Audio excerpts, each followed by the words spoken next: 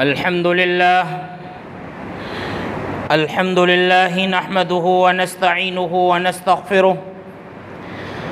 ونعوذ بالله من شرور أنفسنا ومن سيئات أعمالنا من يهده الله فلا مضل له ومن يضلل فلا هادي له وأشهد أن لا إله إلا الله وحده لا شريك له وأشهد أن محمدًا عبده ورسوله أما بعد فإن خير الحديث كتاب الله وخير الهدي هدي محمد صلى الله عليه وسلم وشر الأمور محدثاتها وكل محدثة بدعة وكل بدعة ضلالة وكل ضلالة في النار. اعوذ باللہ من الشیطان الرجیم بسم اللہ الرحمن الرحیم فبما رحمة من اللہ لنت لهم ولو كنت فظا غلیظ القلب لانفضوا من حولك فاعف عنهم واستغفر لهم وشاورهم في الأمر فإذا عزمت فتوکل على اللہ ان اللہ يحب المتوکلین. معزز اسلامی و دینی بھائیوں، اللہ کے رسول صلی اللہ علیہ وسلم کو اللہ رب العالمین نے پیغمبر بنا کر اس دنیا کے اندر مبعوث فرمایا. آپ کو رسالت کا پیغام پوری دنیا میں عام کرنے کے لیے بھیجا گیا. چنانچہ اللہ کے رسول صلی اللہ علیہ وسلم نے بہت ہی امانت کے ساتھ، حکمت کے ساتھ اور اچھے انداز میں اللہ رب العالمین کا پیغام لوگوں تک پہنچایا. اللہ رب العالمین نے قرآن کریم کی کئی ایک آیات میں نبی صلی اللہ علیہ وسلم کو مخاطب بنا کر آپ صلی اللہ علیہ وسلم کو یہ حکم دیا کہ اے نبی صلی اللہ علیہ وسلم بلغ ما انزل الیک من ربک وان لم تفعل فما بلغت رسالتہ واللہ یعصمک من الناس. کہ اے رسول صلی اللہ علیہ وسلم، جو چیزیں اللہ رب العالمین نے آپ پر اتاری ہیں، جو چیزیں اللہ رب العالمین آپ کی طرف وحی کر رہا ہے، آپ اس کو لوگوں تک پہنچا دیجئے. اللہ رب العالمین نے فرمایا کہ اگر اے نبی آپ نے ایسا نہیں کیا، یعنی میرے پیغام کو لوگوں تک نہیں پہنچایا، لوگوں تک عام نہیں کیا، تو گویا کہ آپ نے رسالت کا حق ادا نہیں کیا. آپ کو جو حق دیا تھا اللہ رب العالمین نے، حق رسالت، اس کو آپ نے ادا نہیں کیا. اللہ رب العالمین نے فرمایا کہ اگر لوگ آپ کے دشمن ہو گئے اللہ کا پیغام پہنچانے کی وجہ سے، ایک اللہ کی دعوت کی وجہ سے اور ایک اللہ کی توحید کی وجہ سے اور اللہ رب العالمین کی شریعت کی دعوت دینے کی وجہ سے اگر لوگ آپ کے دشمن ہو جاتے ہیں اور آپ کو مارنا چاہتے ہیں یا کسی بھی طرح کا آپ کو نقصان پہنچانا چاہتے ہیں، اللہ رب العالمین فرماتا ہے کہ واللہ یعصمک من الناس، اللہ رب العالمین آپ کو ان سے بچائے گا. اللہ رب العالمین آپ کو ان کے شر سے محفوظ رکھے گا. جیسا کہ کئی بار اللہ کے رسول صلی اللہ علیہ وسلم کو جان سے مارنے کی سازش کی گئی. آپ صلی اللہ علیہ وسلم کے اوپر پہاڑ کے اوپر سے پتھر گرانے کی کوشش کی گئی. آپ صلی اللہ علیہ وسلم کو زہر دینے کی کوشش کی گئی اور مختلف طریقوں سے، جیسا کہ ابی بن خلف نے یہ قسم کھائی تھی کہ غزوہ احد میں اللہ کے رسول صلی اللہ علیہ وسلم کو ضرور مار گراؤں گا. لہذا مصعب بن عمیر رضی اللہ عنہ اللہ کے نبی صلی اللہ علیہ وسلم کے دفاع میں کھڑے ہوئے اور خود شہید ہو گئے، لیکن اللہ کے نبی صلی اللہ علیہ وسلم پر آنچ نہیں آنے دی. تو اس طرح اللہ رب العالمین نے نبی صلی اللہ علیہ وسلم کی حفاظت کی اور آپ صلی اللہ علیہ وسلم نے بہت ہی امانت کے ساتھ اللہ کا پیغام لوگوں تک پہنچایا جس طرح سے پہنچانا چاہیے، اور جو رسالت کا حق تھا، پیغام پہنچانے کا جو حق تھا، اللہ کے نبی صلی اللہ علیہ وسلم نے کما حقہ اسے ادا کیا. تو آپ صلی اللہ علیہ وسلم کی تعلیم کا ایک اچھا انداز تھا. آپ صلی اللہ علیہ وسلم کے خطاب کا بھی بہت ہی عمدہ اور اعلیٰ انداز ہوا کرتا تھا، اور اسی طرح سے آپ صلی اللہ علیہ وسلم کی نصیحت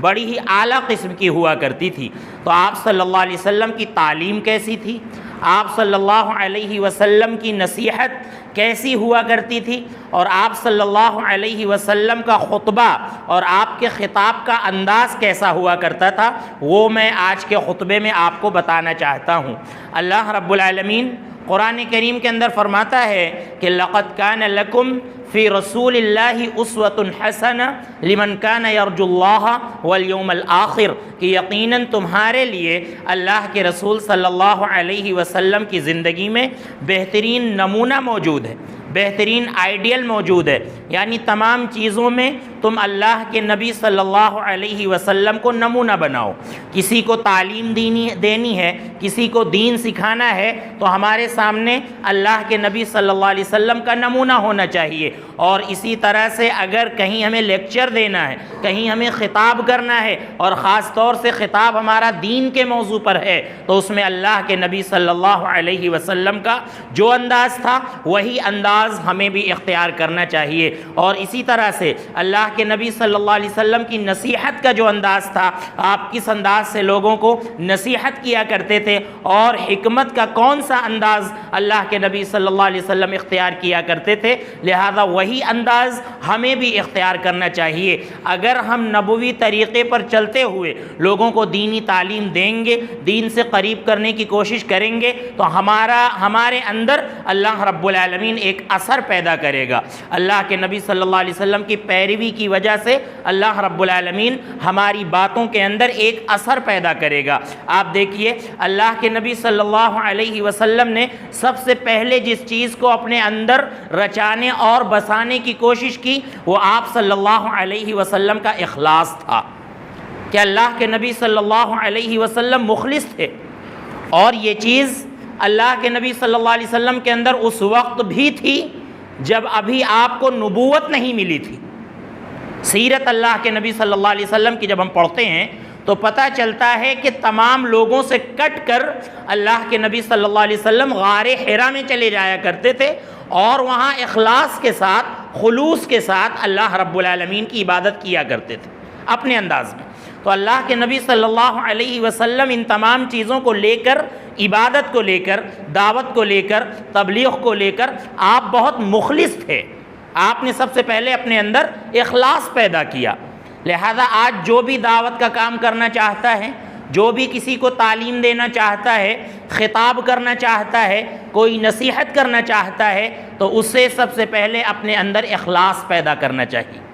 وہیں غار حرا میں اللہ کے نبی صلی اللہ علیہ وسلم پر پہلی وحی آئی، اللہ رب العالمین کا پیغام آیا۔ اللہ کے نبی صلی اللہ علیہ وسلم ابھی جبریل علیہ السلام سے آشنا نہیں تھے۔ آپ صلی اللہ علیہ وسلم گھبرا گئے، پریشان ہو گئے۔ اتنا عظیم پیغام، اتنی عظیم وحی اللہ رب العالمین کی طرف سے آپ کی طرف آئی کہ آپ صلی اللہ علیہ وسلم پہلے تو گھبرا گئے، پھر جبریل علیہ السلام کے کہنے پر اللہ کے رسول صلی اللہ علیہ وسلم نے قرآن کریم کی آیتیں دہرائیں۔ اقرأ بسم ربک الذی خلق، اللہ کے نبی صلی اللہ علیہ وسلم نے پڑھا، اس کے بعد آپ گھبرا گئے۔ گھبراہٹ کی حالت میں اللہ کے نبی صلی اللہ علیہ وسلم خدیجہ رضی اللہ عنہا کے پاس آئے، تو خدیجہ رضی اللہ عنہا نے انہیں دلاسا دیا کہ اللہ کے قسم، اللہ رب العالمین آپ کو بے یار و مددگار نہیں چھوڑے گا، اللہ رب العالمین آپ کو رسوا نہیں کرے گا، اللہ رب العالمین آپ کو پریشان نہیں کرے گا،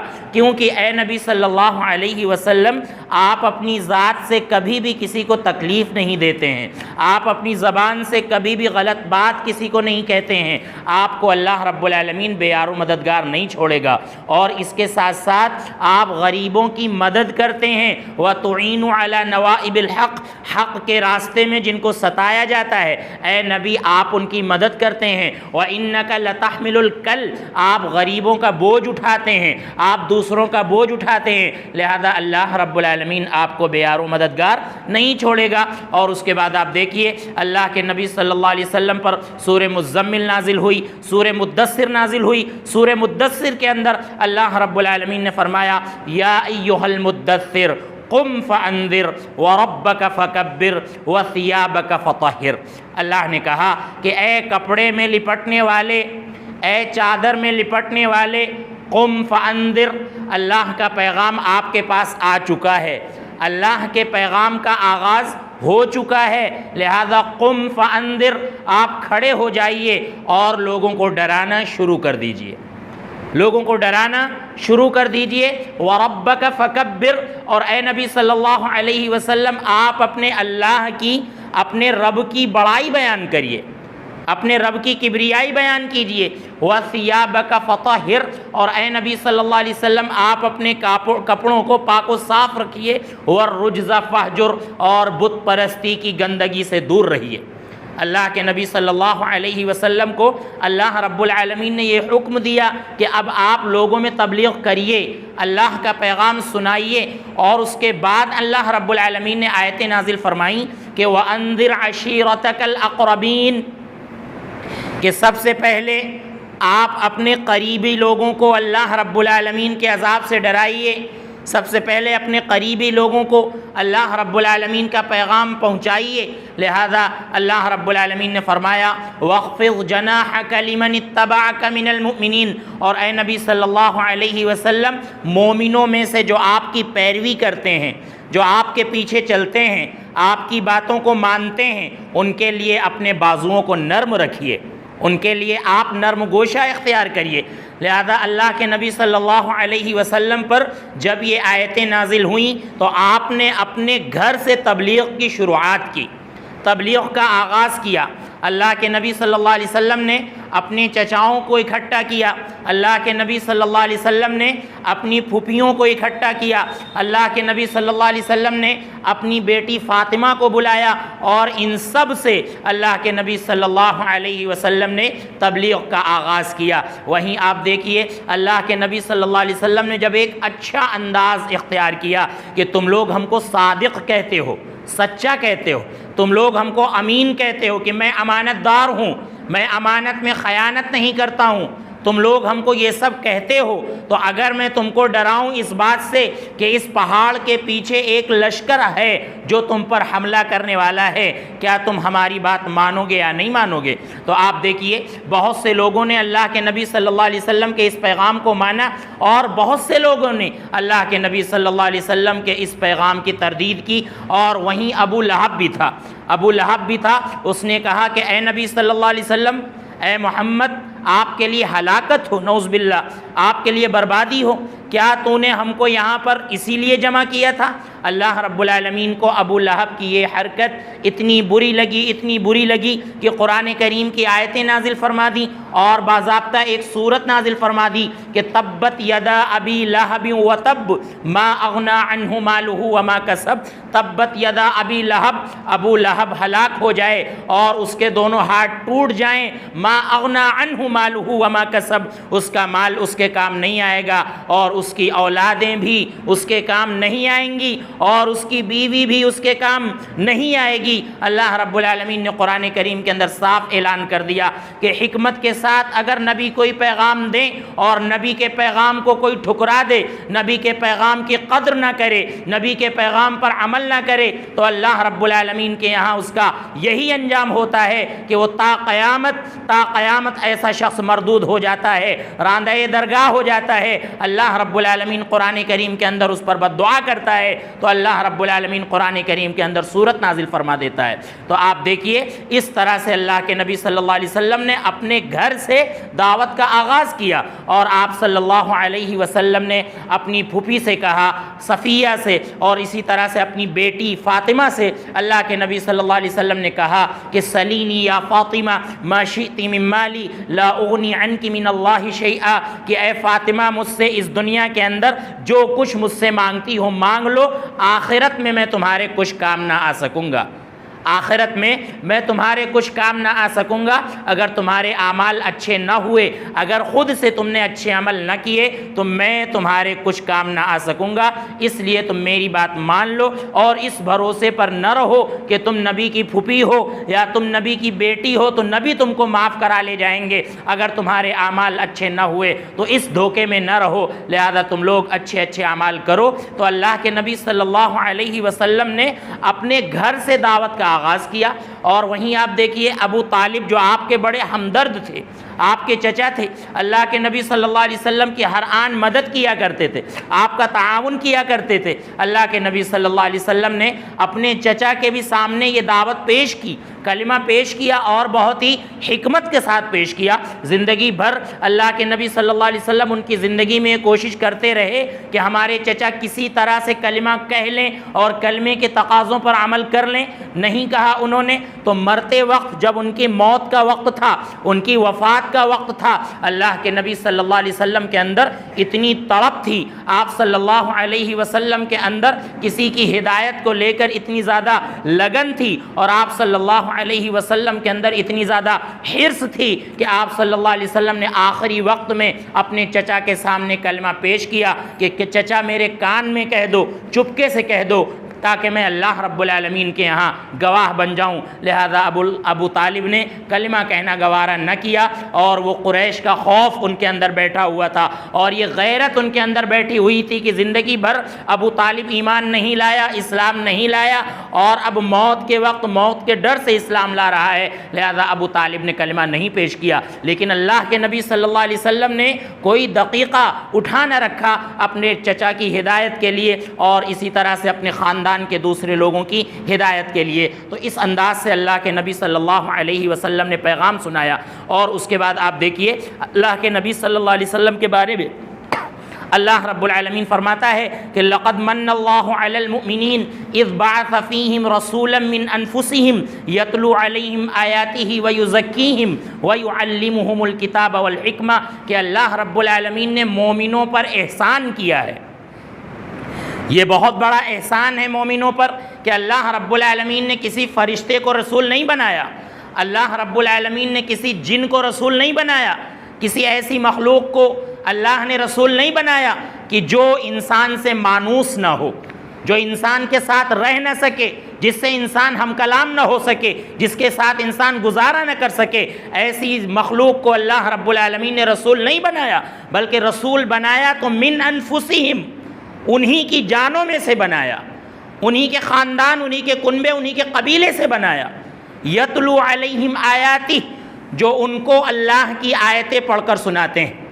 یعنی رسول صلی اللہ علیہ وسلم لوگوں کو اللہ کی آیتیں پڑھ کر سناتے ہیں۔ یتلو علیہم آیاتہ ویزکیہم، اور ان کا تزکیہ کرتے ہیں، ان کے گناہوں کو پاک و صاف کرتے ہیں، انہیں گناہوں سے دور رہنے کی تلقین کرتے ہیں، والحکمہ، اور ان کو حکمت کی تعلیم دیتے ہیں۔ حکمت سے مراد اللہ کے نبی صلی اللہ علیہ وسلم کے اقوال ہیں، اللہ کے نبی صلی اللہ علیہ وسلم کی باتیں ہیں جو آپ قرآن کریم کی تشریح میں کہا کرتے تھے۔ تو اللہ کے نبی صلی اللہ علیہ وسلم کی جو دعوت تھی وہ یہ کہ آپ لوگوں کو قرآن کریم کی آیات پڑھ کر سناتے تھے، قرآن کریم کی آیات پڑھ کر سناتے تھے، اور اس کے بعد قرآن کریم کی آیات کی آپ اپنے اقوال کی روشنی میں وضاحت کرتے تھے۔ یہ اللہ کے نبی صلی اللہ علیہ وسلم کا انداز تھا۔ لہذا آج کوئی بھی خطیب ہو، کوئی بھی داعی ہو، وہ کوئی بات لوگوں کو پہنچانا چاہتا ہے، کسی سے کوئی بات دین کے تعلق سے کہنا چاہتا ہے، لہذا وہ قرآن کریم کی آیت پڑھے، اور اس کے بعد اللہ کے نبی صلی اللہ علیہ وسلم کے اقوال کی روشنی میں اس آیت کی تشریح کرے کہ اللہ کے نبی صلی اللہ علیہ وسلم نے اس آیت کے سلسلے میں یہ بیان فرمایا ہے، اور تفسیر کے تعلق سے جو احادیث ہیں اللہ کے نبی صلی اللہ علیہ وسلم کی، ان کو پیش کیا جائے۔ تو اس سے یہ ہوگا کہ ایک تو ہم قرآن کریم کا انداز اختیار کریں گے، دوسرا یہ ہوگا کہ یہ اللہ کے نبی صلی اللہ علیہ وسلم کا طریقہ ہوگا، تیسری بات یہ ہوگی کہ ہماری جو بات ہوگی وہ مدلل ہو جائے گی،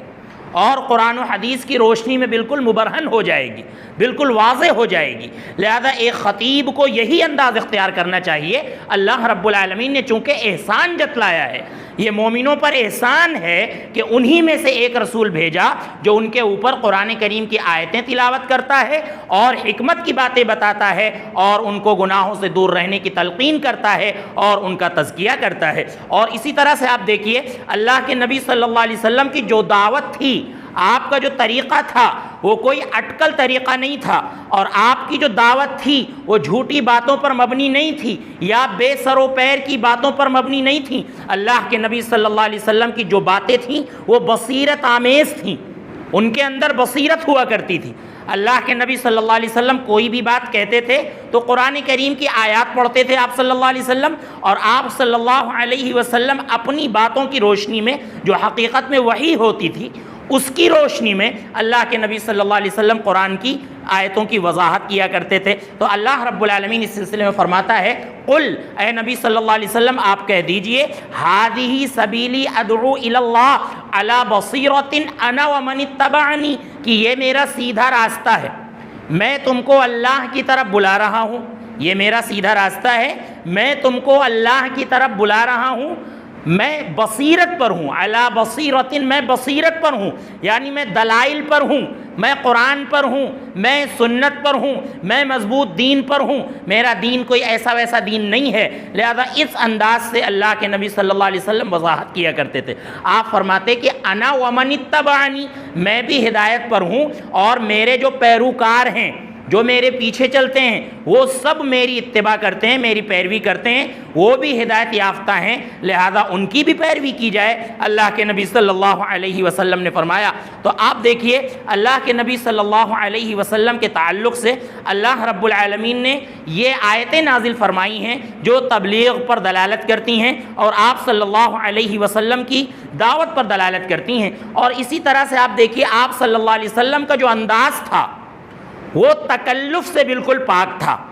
آپ صلی اللہ علیہ وسلم کے انداز میں تکلف نہیں تھا، بناوٹ نہیں تھی، جیسا کہ اللہ رب العالمین فرماتا ہے قرآن کریم کے اندر کہ اے نبی صلی اللہ علیہ وسلم آپ کہہ دیجئے کہ ما انا من المتکلفین، میں تکلف اختیار کرنے والوں میں سے نہیں ہوں۔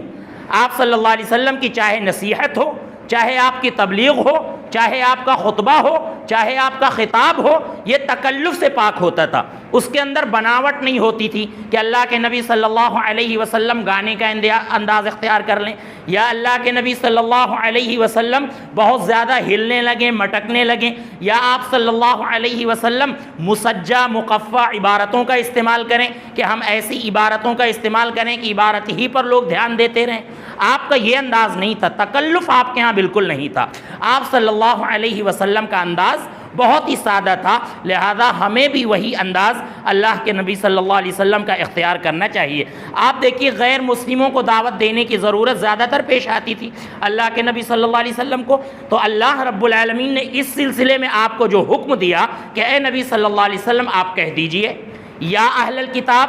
اے اہل کتاب، تعالوا الی کلمۃ سواء بیننا وبینکم الا نعبد الا اللہ، کہ اے اہل کتاب، یعنی جو مسلمان نہیں تھے ان کے بارے میں یہ حکم ہے کہ اے اہل کتاب آ جاؤ اس کلمے کی طرف جو ہمارے اور تمہارے درمیان برابر ہے۔ ہمارا کلمہ بھی ایک ہے، جس نبی کو تم مانتے ہو موسیٰ علیہ السلام ان کا بھی کلمہ ایک تھا، اور عیسائیوں جن کو تم مانتے ہو جن نبی کو ان کا بھی کلمہ ایک تھا، سب نے یہی کہا لا الہ الا اللہ۔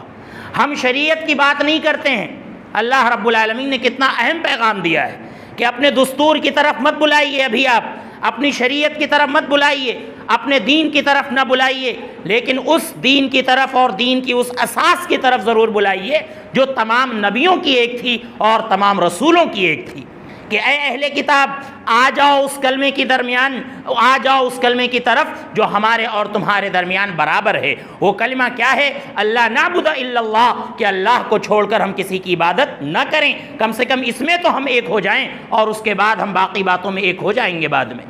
آج یہی طریقہ ہمیں بھی اختیار کرنا چاہیے۔ آپ دیکھ لیجئے اس دعوت کی ضرورت آج مسلمانوں میں ہے،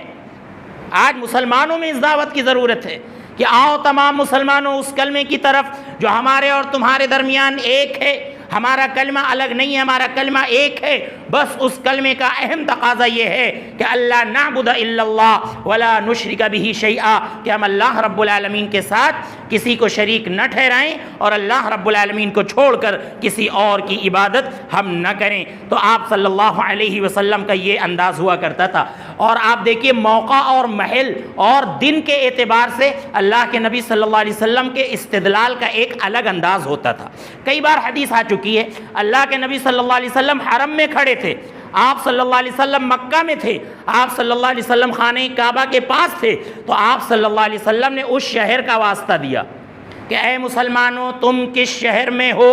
تم کس مہینے میں ہو؟ تو اللہ کے نبی صلی اللہ علیہ وسلم کے صحابہ اکرام نے فرمایا کہ شہر الحرام ہے، یہ حرمت والا مہینہ ہے۔ پھر آپ صلی اللہ علیہ وسلم نے پوچھا کہ یہ دن کون سا ہے؟ صحابہ اکرام نے کہا کہ یہ دن بھی حرمت والا ہے۔ تو اللہ کے نبی صلی اللہ علیہ وسلم نے فرمایا کہ ایک دوسرے کی عزتیں تمہارے اوپر اسی طرح سے حرام ہیں جس طرح سے یہ دن حرام ہے،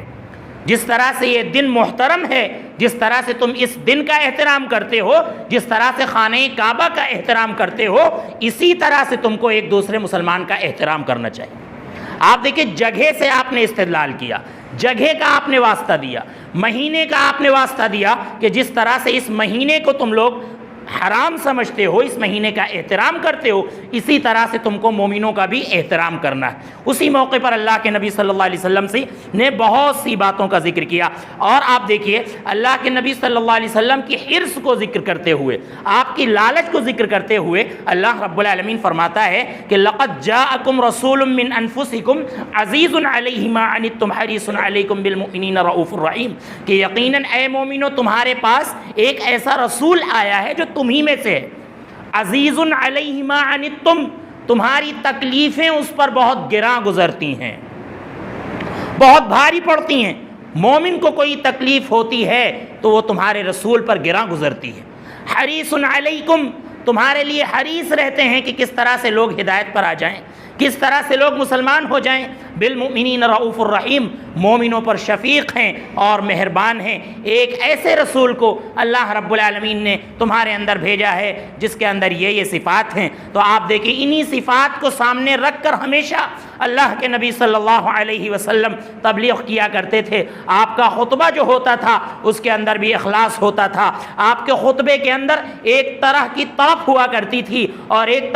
طرح کی کڑھن ہوتی تھی کہ سماج کے اندر، معاشرے کے اندر اگر کوئی برائی عام ہے تو وہ آپ صلی اللہ علیہ وسلم اس کو ختم کرنے کی کوشش کرتے تھے، اور آپ کا انداز اس میں مختلف ہوتا تھا۔ جیسے انس بن مالک رضی اللہ عنہ فرماتے ہیں کہ اللہ کے نبی صلی اللہ علیہ وسلم اذا تکلم بکلمۃ اعادها ثلاثا، جب آپ صلی اللہ علیہ وسلم کوئی بات کہتے تھے، اگر وہ اہم بات ہوتی تھی تو آپ صلی اللہ علیہ وسلم اس کو 3 بار کہہ دیا کرتے تھے، حتی تفہم عنہ، یہاں تک کہ وہ بات آپ کی سمجھ لی جاتی تھی۔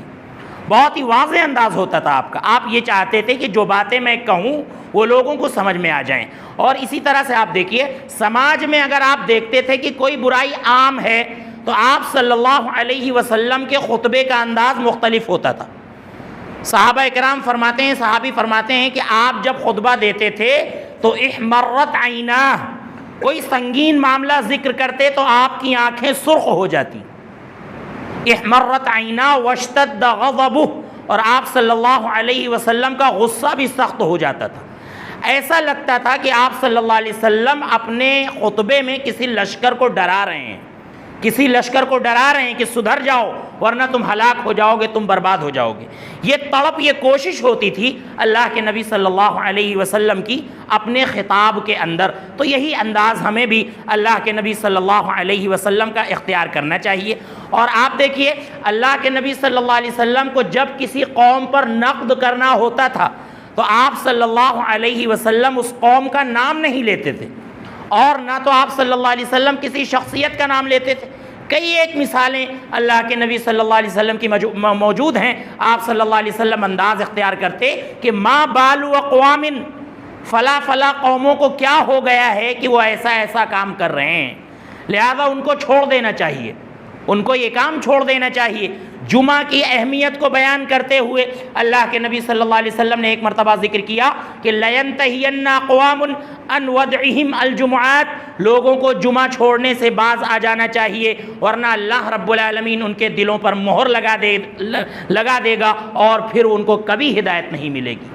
تو یہ انداز اللہ کے نبی صلی اللہ علیہ وسلم کا ہوا کرتا تھا۔ لہذا چاہے تعلیم ہو، چاہے تربیت ہو، چاہے تبلیغ ہو، چاہے خطاب ہو یا خطبہ ہو، ہمیں اللہ کے نبی صلی اللہ علیہ وسلم کا جو انداز تھا، اور آپ صلی اللہ علیہ وسلم کے انداز میں بالکل بناوٹ نہیں تھی، تکلف نہیں تھا، آپ صلی اللہ علیہ وسلم کے اندر ایک اخلاص ہوا کرتا تھا، اور آپ صلی اللہ علیہ وسلم کے اندر ایک کڑھن ہوا کرتی تھی اور ایک تڑپ ہوا کرتی تھی۔ لہذا ہمیں بھی اپنے اندر وہی ساری باتیں اختیار کرنی چاہیے، اور حکمت کا ہمیں بہت زیادہ خیال کرنا چاہیے دعوت و تبلیغ کے معاملے میں۔ اور اسی طرح سے ہم ازواج مطہرات کا ذکر کریں، صحابہ کرام کا اگر ہم ذکر کریں، اللہ کے نبی صلی اللہ علیہ وسلم کی سیرت کا کوئی پہلو ہم ذکر کریں تو اس میں کوئی بھی ایسا انداز نہیں ہونا چاہیے کہ جس کی وجہ سے ان کی عزت جو ہے داغدار ہو۔ کبھی کبھی بعض لوگ اللہ کے نبی صلی اللہ علیہ وسلم کے جماع یا اللہ کے نبی صلی اللہ علیہ وسلم کی مباشرت یا اسی طرح سے ازواج مطہرات کا ایک عجیب انداز میں ذکر کرتے ہیں تو اس میں کیا ہے، وہ پھر ان کی ایک حساب سے سمجھ لیجئے بے عزتی ہونے لگتی ہے۔ تو یہ نہیں ہونا چاہیے۔ اب صحابہ کرام سے اگر کسی سے زنا سرزد ہو گیا اور سرزد ہوا ہے تو اس کو بہت ہی اچھے انداز میں ذکر کرنا چاہیے کہ صحابی پر کوئی کیچڑ نہ اچھل پائے، صحابی پر کوئی حرف نہ آ پائے۔ ازواج مطہرات میں سے کسی کی خطا کا ذکر کریں، بطور نصیحت کچھ آپ ذکر کریں، اما عائشہ کا ذکر کریں، اور اسی طرح سے کسی بھی نبی صلی اللہ علیہ وسلم کی بیوی کا یا صحابیہ کا ذکر کریں تو پورا جو ہے خیال کرتے ہوئے، جیسا کہ آپ دیکھیں حضرت عمر کو اس قدر لحاظ تھا اللہ کے نبی صلی اللہ علیہ وسلم کی بیویوں کا کہ ان کے اندر تڑپ تھی کہ ہم اللہ کے نبی صلی اللہ علیہ وسلم کی بیویوں کو بالکل نہ دیکھیں اور کام کے لیے بھی یہ باہر نہ نکلیں۔ وہ تو بعد میں قرآن کریم کی آیتیں نازل ہوئیں کہ ضرورت کے لیے باہر جا سکتی ہیں پردے میں رہ کر، ورنہ حضرت عمر نبی صلی اللہ علیہ وسلم کی بیویوں کے سلسلے میں بہت زیادہ باغیرت تھے۔ تو اسی طرح کی غیرت ہمیں بھی ہونی چاہیے اللہ کے نبی صلی اللہ علیہ وسلم کے ازواج مطہرات کے سلسلے میں، اور اسی طرح سے موجودہ زمانے میں بھی ہمیں جو ہے یہی انداز اختیار کرنا چاہیے۔ کسی کے بارے میں ہم ذکر کریں، کسی عورت کے بارے میں ہم ذکر کریں اور کچھ بھی ہم ذکر کریں تو اس کے انداز ہمارا بہت اچھا ہونا چاہیے، جیسا کہ شریعت کے اندر بیان کیا گیا ہے کہ کسی پر الزام نہ لگ پائے۔ اگر آپ کسی کے بارے میں کچھ کہہ رہے ہیں یا بڑی بات کہہ رہے ہیں تو 4 گواہوں کو پیش کیا جائے، اگر نہیں پیش کر پا رہے ہیں تو جس نے الزام لگایا ہے 80 کوڑے اس کو لگائے جائیں گے۔ یہ سب شریعت کے اصول ہیں، سب شریعت کے ضابطے ہیں، لہذا ان کا ہمیں تقریر میں، خطابت میں اور اسی طرح سے نصیحت میں، تبلیغ میں ان کا ہمیں خیال کرنا چاہیے۔ اللہ رب العزت ہمیں ان باتوں کی توفیق عطا فرمائے۔ اللہ رب العزت ہمیں تبلیغ میں، نصیحت میں اور خطاب میں نبی صلی اللہ علیہ وسلم کا انداز اختیار کرنے کی توفیق عطا فرمائے۔ اللہ رب العزت ہمیں قرآن و سنت کو سمجھنے کی توفیق عطا فرمائے، ہمیں قرآن و سنت کے پیغام کو عام کرنے کی توفیق عطا فرمائے۔ جن بھائیوں نے دعا کی گزارش کی ہے اللہ انہیں شفاء کاملہ عاجلہ عطا فرما اور ان کی تمام جائز تمناؤں کو قبول فرما۔ اے اللہ ہمارے والدین پر رحم فرما، اے اللہ ہمارے بوڑھے لوگوں پر رحم فرما، اے اللہ تمام مسلمانان عالم پر رحم فرما، اے اللہ جو مسلمان بھائی اس دنیا سے جا چکے ہیں ان کی مغفرت فرما اور جنت میں اعلیٰ مقام عطا فرما۔ آمین۔ وآخر دعوانا ان الحمد للہ رب العالمین۔